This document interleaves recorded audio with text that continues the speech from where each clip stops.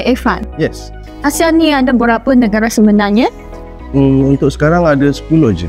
Oh, 10. So ada Brunei, Malaysia, Indonesia, Thailand, Vietnam, Laos, And Filipina, Singapura, Kemboja and Myanmar. Oh, Tapi ada satu negara yang belum join ASEAN dan akan join ASEAN, which is Timor Leste.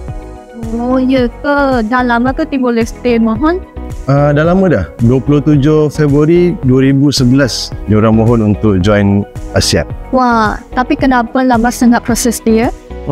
Sebab ASEAN ambil masa untuk pastikan semua negara ahli bersetuju. Masa sidang kemuncak ASEAN ke-40 dan 41 di Phnom Penh 2022, ASEAN dah setuju secara prinsip untuk terima Timor Leste sebagai anggota ke-11.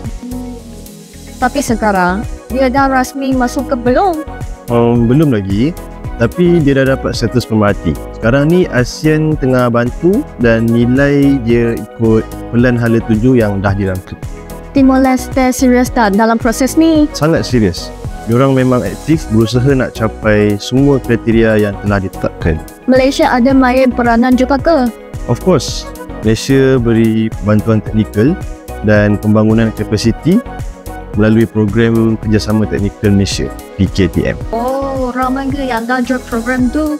Dah 319 pegawai dan kaki tangan kerajaan Timor Leste yang join PKTM setakat ni. Oh, mantap. Tak sabar nak tengok Timor Leste jadi ahli rasmi ASEAN. Kan, ASEAN makin power.